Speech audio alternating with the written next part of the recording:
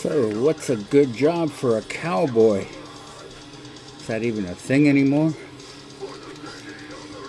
This band is from Glendale, Arizona, and they are a death metal band formed in 2003. They encountered success with their debut album, Genesis, which peaked at number 54 on Billboard. John Davey on vocals is the only consistent member. This band began as a high school effort, but through MySpace they posted songs and connected to fans worldwide. The first brick and mortar release was the EP Doom. Indie label King of the Monsters would handle distribution of the self-released pressing. Within a year, they signed with Metal Blade Records. When drummer Elliot Sellers left to finish school, the band had to replace him, so they put an ad in blabbermouth.net, which was seen by John the Chairn Rice, who made a video of himself, posted it on YouTube, and sent the link to the band. And they saw it, and they liked it. In March 2007, Job for a Cowboy completed their debut album, Genesis, and by June, it had sold over 15,000 copies. And this is the highest charting metal debut since Slipknot's 1999 debut album. They toured festivals in North America and Europe. The second album, Ruination, went in 2009. 10,000 copies sold in the first week. And another EP went in 2011, titled Gloom, likely to pair with the earlier EP Doom. So, they have Doom and Gloom. Davey formed a new band, Serpent of Gnosis, giving credence to the possibility that the Job for a Cowboy was done. Good job, guys. But sources close to the band are predicting a comeback. They began as deathcore, and then they changed to death metal, and then changed again to progressive death metal.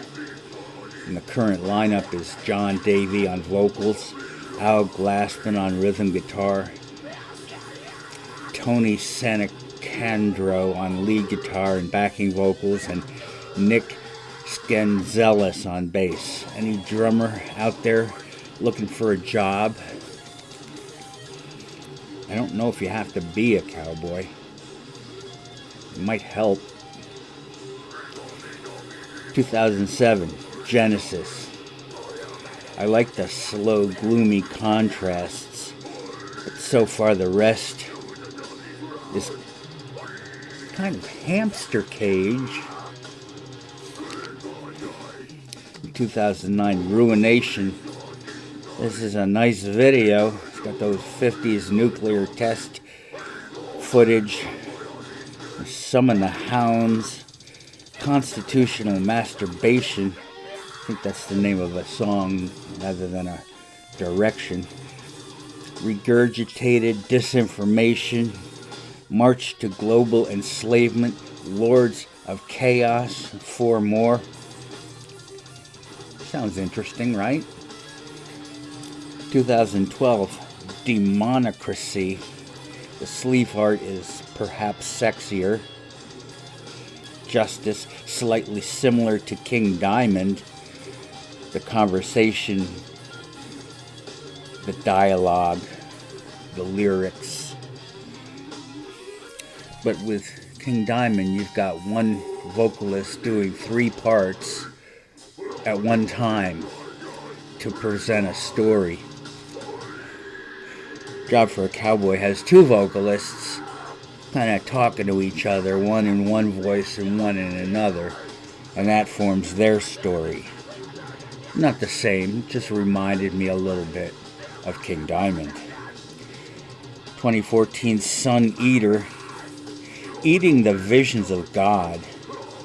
And this band has matured guitar-wise. It's got more dynamics. This is their best album so far. That's what I have for Job for a Cowboy. Thanks everyone for being with me on my show, Metalheads Only. I'll be back with somebody. Who can that be? I guess we'll do. Have you seen my Black Sabbath show? I mean, the latest one. I think you might like that. My show for Megadeth was very long. Very long show. Many pages. Testament. I'm sure I did that. Sir Thundel's done. Cynic. Cynic. I'll see you then.